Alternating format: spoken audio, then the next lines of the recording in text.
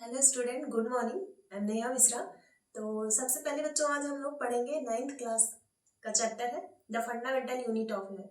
ठीक है, इसको हम लोग बहुत बेहतरीन तरीके से पढ़ेंगे और इसमें क्या क्या चीज़ें हैं। और देखिए बच्चे, मतलब सबसे ये आप लोगों का बेस है, जो ये अगर मजबूत रहेगा, आपका बेस अगर क्लियर रहेगा तो आप आगे भी बहुत अच्छे से पढ़ पाएंगे। ठीक है, और इसमें अभी आपका 10th क्लास है। अगर आप 9th में बहुत अच्छे से किए रहेंगे, पढ़े रहेंगे, क्लियर समझे रहेंगे, देखिए आपको एग्जाम के लिए इसको नहीं पढ़ना है। ठीक है, ये आपका जो कॉन्सेप्ट है वो क्लियर हो जाए, इसके लिए आपको पढ़ना है। ठीक है, तो आज हम वहीं से शुरू करते हैं और अच्छे तरीके से, बेहतरीन तरीके से हम लोग इसको पढ़ेंगे। ठीक है, तो सबसे पहले इसमें पहला चैप्टर है the fundamental unit of life.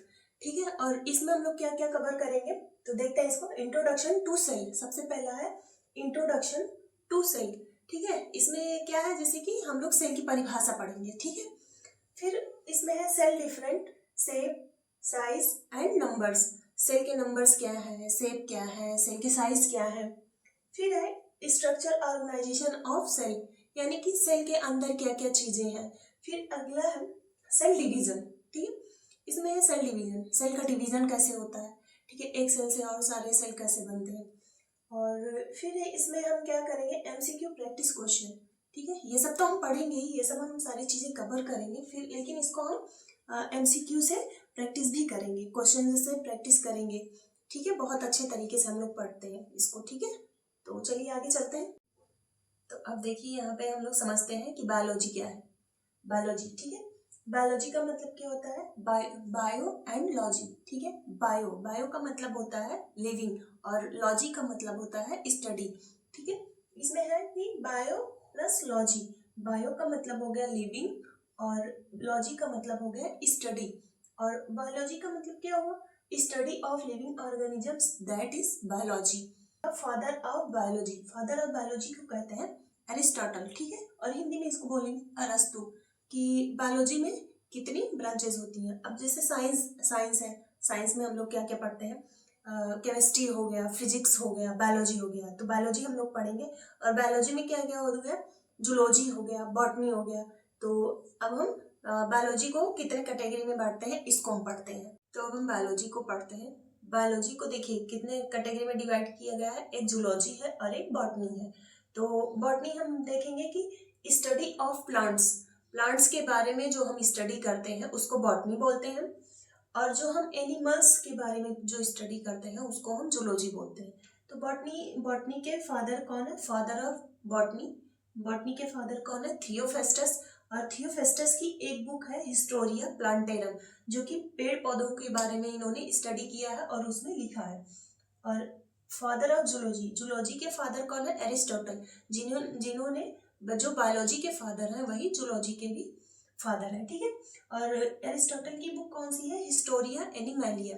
और ये दोनों कौन है, ये एरिस्टोटल और थियोफेस्टस, ये दोनों कौन है कि ग्रीक के फिलोसफर हैं। और जो थियोफेस्टस है, ये जो थियोफेस्टस है ये एरिस्टोटल के स्टूडेंट थे। हम देखेंगे जो थियोफेस्टस है, इन्होंने प्लांट पे, सबसे पहले इन्होंने प्लांट पे साइंटिफिक स्टडी किया है, जैसे कि उनमें रिप्रोडक्शन कैसे होता है। ठीक है, प्लांट का स्ट्रक्चर कैसे होता है, वो ग्रो कैसे करते हैं, ये सब चीज़ों के बारे में इन्होंने स्टडी किया था और अपनी बुक में भी लिखा है। और देखिए जो एरिस्टोटल है, इन्होंने क्या किया था कि एनिमल के बारे में स्टडी किया था। ठीक है, उनका क्लासिफिकेशन किया था, किस कैटेगरी में किसको रखना है, इन्होंने इसका स्टडी किया था। और एनिमल का जो स्ट्रक्चर है, उनका बिहेवियर है, और जो ग्रोथ है वो कैसे होता है, इन सब के बारे में इन्होंने स्टडी किया। और जो साइंस का बायोलॉजिकल जो क्लासिफिकेशन है उस पर स्टडी इन्होंने किया था। ठीक है, जैसे लगभग 500 से ज़्यादा जानवरों का भी स्टडी एरिस्टोटल ने किया था। माइक्रोबायोलॉजी को क्या कहते हैं, स्टडी ऑफ माइक्रो ऑर्गेनिजम्स, जो कि ऑर्गेनिजम्स जो हमें नहीं दिखते हैं, जो बहुत ही छोटे होते हैं, जिसको हम सिर्फ माइक्रोस्कोप से ही देख सकते हैं, उसको हम माइक्रोबायोलॉजी कहते हैं। उसके बाद एक होता है फाइकोलॉजी। और फाइकोलॉजी में क्या है, स्टडी ऑफ एल्गी, जो एल्गी होता है उसका हम स्टडी करते हैं फाइकोलॉजी में। और एक होता है माइकोलॉजी, माइकोलॉजी को हम क्या कहते हैं, स्टडी ऑफ फंजाई, जो फंजाई होते हैं हमारे, वो फंजाई का स्टडी हम माइकोलॉजी में करते हैं। अब बच्चों एक चीज हम ये जानेंगे अब जैसे आप लोग कहेंगे कि मैम लिविंग क्या है, कैसे जानेंगे कि हम ये चीज़ें लिविंग है। तो लिविंग में हम क्या कहते हैं, जैसे आपको पता होगा टेबल, टेबल को हम कहीं भी रख सकते हैं, उठा के रख सकते हैं। तो आप लोग कहेंगे कि मैम वो तो चलता भी है, तो वो चलता नहीं है, ठीक है, ये हमारा लिविंग नहीं है। और जैसे ह्यूमन बीइंग है, ह्यूमन बीइंग क्या है, ह्यूमंस जैसे हम हो गए, आप हो गए, ये सब क्या है, लिविंग है, ठीक है, ये लिविंग हो गए। अब जैसे कहेंगे पेन, पेन तो हम ऐसे करके चला सकते हैं, लेकिन ये लिविंग नहीं है। आप लोग का मतलब होगा कि जो मूवमेंट करते हैं वो लिविंग है, तो पेन भी तो चला सकते हैं, मूवमेंट कर सकते हैं, लेकिन ये लिविंग नहीं है, ठीक है, तो पेन हमारा लिविंग नहीं है। अब जैसे कहेंगे कि फोन, फोन तो हम चलाते हैं, ठीक है, कहेंगे मैम फोन को हम टाइप करते हैं, चलाते हैं, फोन तो चलता है, तो ये लिविंग है, तो ये लिविंग नहीं है, ठीक है। अब जैसे बोर्ड हो गया, अब बोर्ड पे हम कुछ भी लिख सकते हैं, ठीक, तो फिर ये क्या है, लिविंग है, तो ये भी लिविंग नहीं है, ठीक है। अब लिविंग है क्या, जैसे ह्यूमन बींग्स हम हो गए, आप हो गए, ठीक है, ये सब क्या है, लिविंग है। अमीबा हो गया, अमीबा लिविंग है। प्लांट्स हो गए, प्लांट्स भी लिविंग है, लेकिन आप लोग कहेंगे प्लांट्स तो चलता नहीं है, लेकिन प्लांट्स लिविंग है, ठीक है। अब जैसे डॉग्स हो गया, डॉग्स तो चलता है, ठीक है, ये लिविंग हो गया। तो इसके बारे में हम लोग जानते हैं। अब हम लिविंग और नॉन लिविंग कैसे जानेंगे, इसको हम चल रहे हैं डिटेल में पढ़।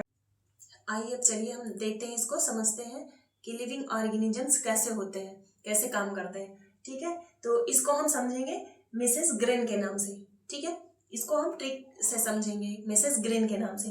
तो देखिए MRSHREN, मिसेस ग्रीन, तो इन सबका अपना वर्ड है, इन सबका अपना मतलब है। तो देखिए M से क्या हो जाएगा, मूवमेंट, जैसे कि लिविंग में मूवमेंट होगा। R से रेस्पिरेशन, रेस्पिरेशन जो लिविंग होगी उसमें रेस्पिरेशन होगा, सांस लेंगे वो, ठीक है। और S मतलब हो जाएगा सेंसिटिविटी, ठीक है, यानी कि वो किसी चीज को सेंस कर पाएंगे, ठीक है, फील कर पाएंगे किसी चीज को, तो ये लिविंग ऑर्गेनिजम्स हो जाएंगे। और ग्रोथ, लिविंग ऑर्गेनिजम्स में ग्रोथ होंगे, और उसमें हो जाएंगे रिप्रोडक्शन, लिविंग में रिप्रोडक्शन भी होगा, एक्सक्रीशन भी होगा, और उसके बाद उसमें न्यूट्रिशन भी होगा, ठीक है। तो ये सारी चीजें जो है हमारी, वो क्या हो जाएंगी, लिविंग ऑर्गेनिजम्स के अंदर पाई जाएंगी, ठीक है। ये हम इसको समझ लिए। और इसमें एक चीज, जितने भी लिविंग ऑर्गेनिजम्स है उसमें एक चीज कॉमन है, वो है सेल, ठीक है, सबसे इंपॉर्टेंट चीज जो है वो है सेल। अब हम सेल को समझेंगे, व्हाट इज सेल, सेल क्या है, ठीक है। तो the cell is the fundamental structural and functional unit of life, यानी कि लिविंग ऑर्गेनिजम्स, जो लिविंग ऑर्गेनिजम्स होते हैं, ठीक है, जितने भी लिविंग ऑर्गेनिजम्स होते हैं उसमें सेल होते हैं, यानी are living organisms made up of cell, जितने भी लिविंग ऑर्गेनिजम्स हैं वो किससे बने होते हैं, सेल से बने होते हैं। वो जितने भी सारे लिविंग ऑर्गेनिजम्स होते हैं वो क्या होते हैं कि सेल से बने होते हैं। देखिए कि हम लोग क्या है, जो हम लोग हैं वो लिविंग ऑर्गेनिजम्स है। फिश क्या है, लिविंग ऑर्गेनिजम्स है। डॉग्स क्या है, लिविंग ऑर्गेनिजम्स है। एनिमल क्या है, लिविंग ऑर्गेनिजम्स है। प्लांट्स क्या है, वो भी लिविंग ऑर्गेनिजम्स है। और एक बात बायोलॉजी में याद रखिएगा कि जितने भी मतलब जो हम ह्यूमंस हैं वो एनिमल के अंदर कंसीडर किए जाते हैं, यानी कि बायोलॉजी के हिसाब से हम लोग एनिमल हुए हैं।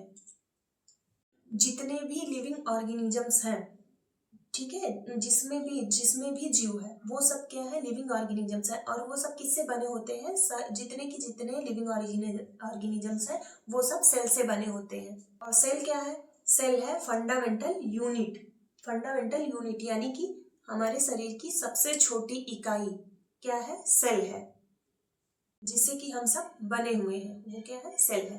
तो जैसे अब एक हम एग्जांपल लेते हैं कि जैसे हमारा हाउस है, ठीक है, हाउस किससे बने होते हैं, जो छोटी छोटी ईंटें होती हैं, ठीक है, कुछ छोटी छोटी ईंटें हो गई, उसमें कुछ मटेरियल्स भी हो जाते हैं, ठीक है। तो जैसे छोटी छोटी ईंटों से मिलके एक पूरा घर बनता है, वैसे ही छोटी छोटी सेल्स से हमारी बॉडी यानी कि लिविंग ऑर्गेनिजम्स बनते हैं, ठीक है। और जैसे कि हमारे जो हाउस की जो फंडामेंटल यूनिट है वो ब्रिक है, ठीक है, वैसे ही जो हमारी बॉडी की फंडामेंटल यूनिट है वो क्या है, सेल है। अब हम जैसे समझते हैं, एक और एग्जांपल लेते हैं, जैसे लेगो ब्लॉक होता है। लेगो ब्लॉक जिसे आप लोग जानते ही होंगे, एक बॉक्स होता है, ठीक है, तो उससे उसको जोड़ जोड़ के हम लोग वेल्डिंग बनाते हैं लेगो ब्लॉक से। तो उसी तरह से हम सेलों को जोड़ जोड़ के वैसे ही लिविंग ऑर्गेनिजम्स बनते हैं।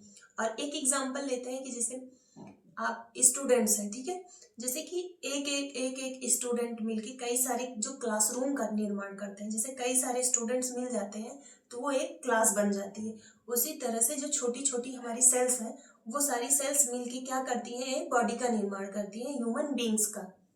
हम ये देखते हैं कि फंक्शनल यूनिट क्या है, ठीक है, या हमारे घर का फंक्शन क्या है। हमारे घर का फंक्शन होता है हमें आंधियों से बचाना, तूफान से बचाना, और बारिश से बचाना, धूप से बचाना।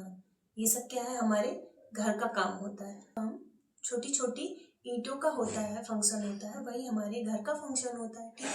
और उसी तरह से हमारे सेल का भी फंक्शन होता है, ठीक है। अलग अलग सेल का अलग अलग फंक्शंस होता है।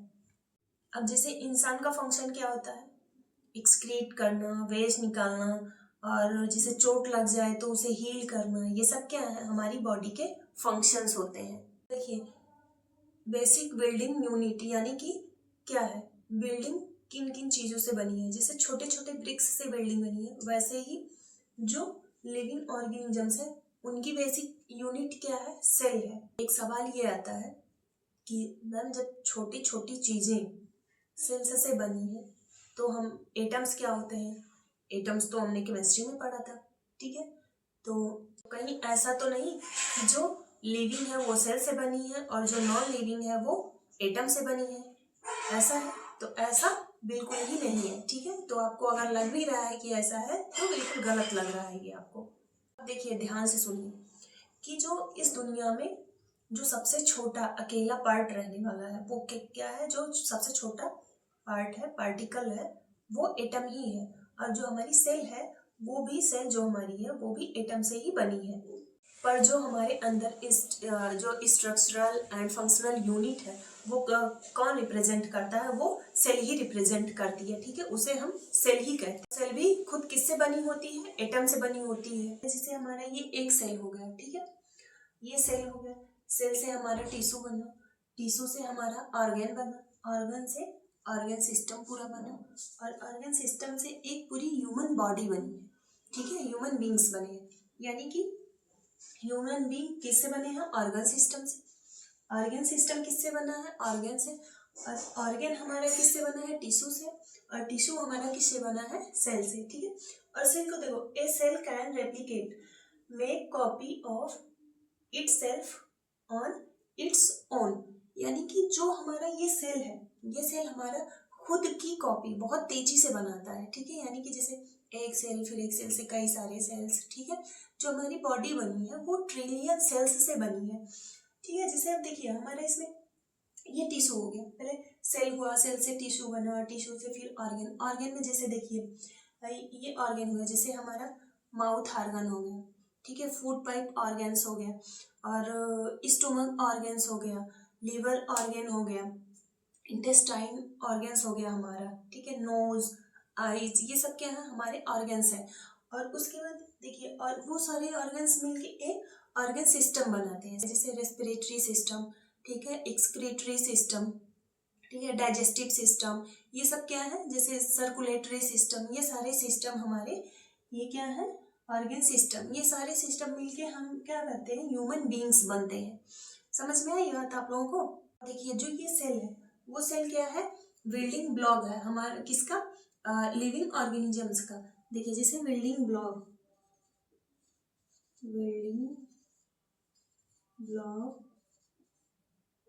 ऑफ लिविंग ऑर्गेनिजम्स, ठीक है। जो ये सेल है वो सेल क्या है, बिल्डिंग ब्लॉक्स है लिविंग ऑर्गेनिजम्स का। तो अभी हम कैसे समझेंगे कि सेल हुआ, सेल से टिश्यू, टिश्यू से ऑर्गन्स, ऑर्गन से ऑर्गन सिस्टम, और ऑर्गन सिस्टम से ह्यूमन बींग्स बने, ठीक है।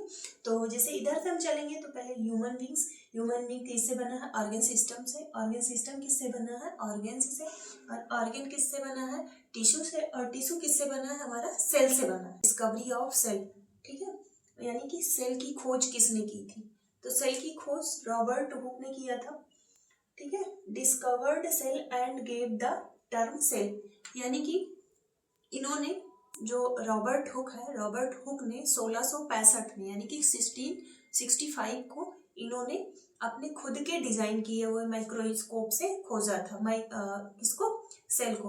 और इन्होंने कैसे सेल को खोजा था कि जिसे ये जा रहे थे, मतलब कहीं गए जंगल वगैरह, तो वहां पे एक पेड़ दिखे, तो जो पेड़ की जो छाल होती है, छाल आप लोग समझते हैं, जो बार्क होती है, ठीक है, उसको इन्होंने निकाला उसमें से, और निकाल के ये जो है खुद से माइक्रोस्कोप बनाया था। तो उस माइक्रोस्कोप में इन्होंने उस छाल को देखा, ठीक है। तो जब इन्होंने जब वो छाल देखा तो उसमें देखे कि उसमें वो सेल दिखी इनको, ठीक है। जैसे discovered cell and gave the term cell, इन्होंने खोज की किसकी, सेल की, और उसका नाम जो है सेल दिया।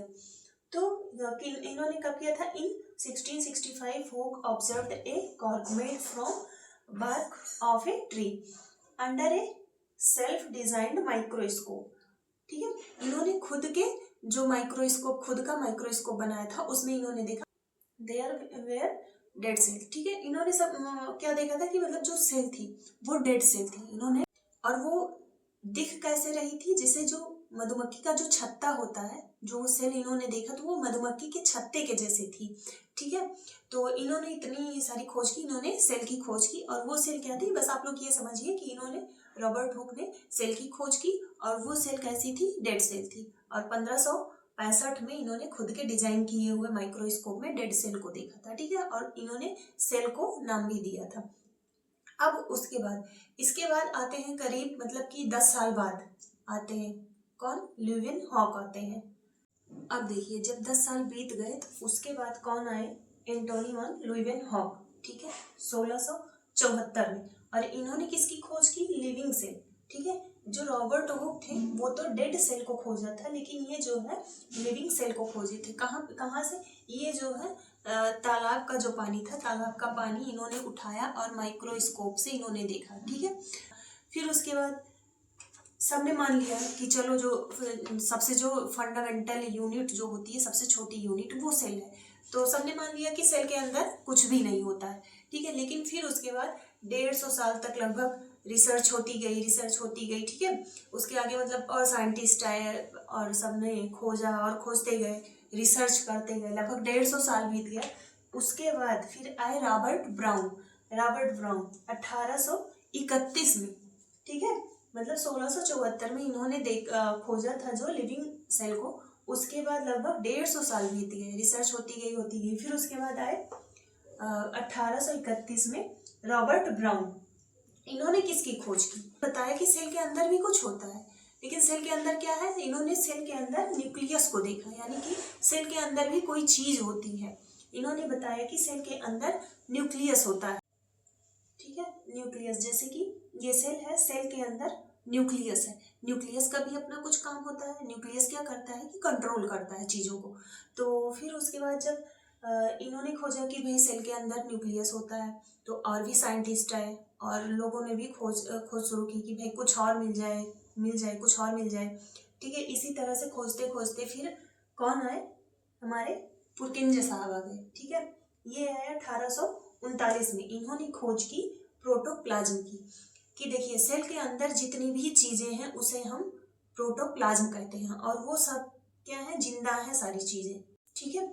लेकिन सिवाय किसके, मतलब कि जो सेल के अंदर जितनी भी सारी चीजें हैं वो तो सब क्या है, प्रोटोप्लाज्म है, सिवाय एक चीज को, सेल वॉल को छोड़ के। सेल वॉल हम आगे पढ़ेंगे, ठीक है। सेल वॉल को छोड़ के बाकी सभी जितने भी सेल के अंदर चीजें हैं वो सब क्या है, प्रोटोप्लाज्म है। तो बच्चों आज हम यहाँ तक पढ़ते हैं, फिर नेक्स्ट क्लास में हम सेल थियरी से स्टार्ट करते हैं, ठीक है। तो आप लोग बहुत अच्छे से पढ़िए, और उसके बाद मतलब इतने अच्छे से पढ़िए कि आपको कोई भी प्रॉब्लम, अगर कोई भी प्रॉब्लम होती भी है तो आप कमेंट बॉक्स में कमेंट करिएगा, उसका सोल्यूशन हम आपको देंगे, ठीक है। लेकिन आप बहुत अच्छे से पढ़िएगा, क्योंकि मतलब बेस यही है। तो बेस अगर मजबूत रहेगा तो बहुत अच्छे से आप लोग जो है कॉन्सेप्ट को क्लियर कर पाएंगे, ठीक है। तो ठीक है, फिर आगे हम लोग सेल थियरी से पढ़ते हैं नेक्स्ट क्लास में। Thank you.